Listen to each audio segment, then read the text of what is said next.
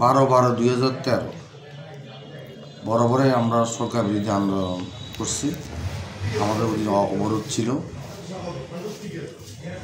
RAB 11-এর Tarique সাইদের নেতৃত্বে তারা ভোরবেলায় আমাদের বাড়িতে তারা হামলা করে। আমার জেলা বিএনপির তৎকালীন সাধারণ সম্পাদক, বিএনপির কেন্দ্রীয় কমিটির সহ সমাজ কল্যাণ বিষয় সম্পাদক সাবেক মেয়র শাহাবুদ্দিন সাবুর ঘরে এবং আমার ঘরে, পার্শ্ববর্তী আমরা দুই ভাই দুই ঘরে থাকি, দুই ঘরে তারা হামলা করে। আমি তখন ফজরের নামাজ রত অবস্থায় ছিলাম বাসার ভিতরে। আমার ইমিডিয়েট বড় ভাই আজিজ করিম বাচ্চুরে তারা ধরে নিয়ে যায় এবং আমাদের বাড়ির মাঠে তাকে হাত পা বেঁধে রেখে পরবর্তীতে আমার বড় ভাই শাহাবুদ্দিন সাবুর বাসায় তারা হামলা করে ঘরে ঢুকে তারে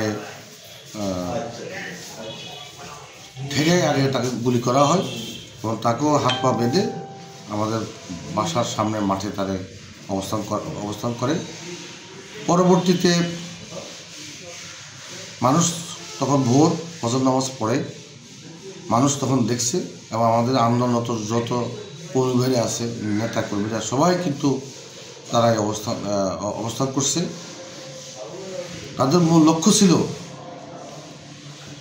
আমার ভাই বাচ্চুকে, আমাকে মনে করি তাকে ধরে নিয়ে গেছে। তাদের মূল লক্ষ্য ছিল আমাকে কিলিং করা, আমাকে হত্যা করা।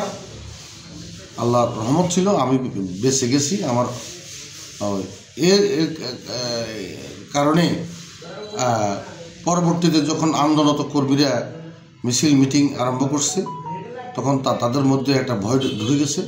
তারা আমার ভাইকে উন্নত নেওয়ার জন্য, গুম করার জন্য আমার দুই ভাইকে চেষ্টা করে। মানুষের কারণে সেখানে তারা পারে নাই। রাস্তা আমাদের নেতা কর্মীর অবস্থান ছিল, সাধারণ মানুষ অবস্থান ছিল। পরবর্তীতে তারা বাধ্য হয়ে থানাতে সুপর্দ করার পরে আমার ভাইকে, বিশেষ করে আমার জেলা বিএনপি সাধারণ সম্পাদক শাহাবুদ্দিন সাবু ভাইকে চিকিৎসা হাসপাতালে তাকে স্থানান্তর করা হয়, তাকে চিকিৎসা দেওয়া হয়।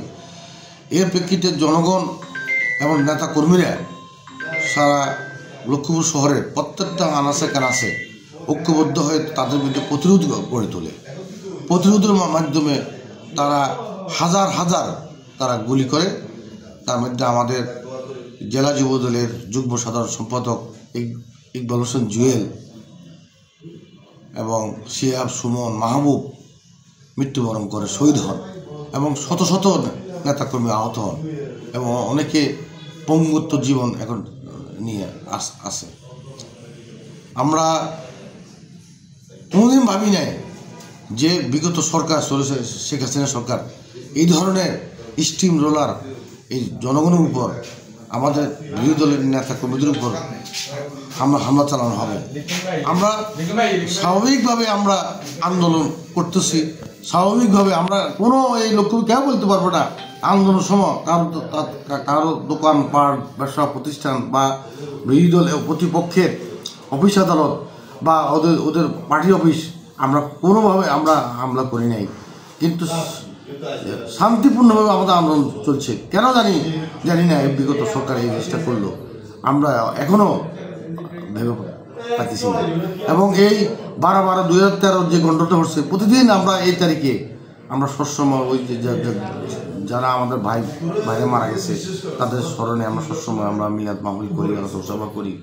আমরা দীর্ঘদিন এই মামলা আমরা করতে পারি নাই, কিন্তু মামলা উল্টা আমাদের নেতা কর্মীদের বিরুদ্ধে মামলা দেওয়া হয়েছে।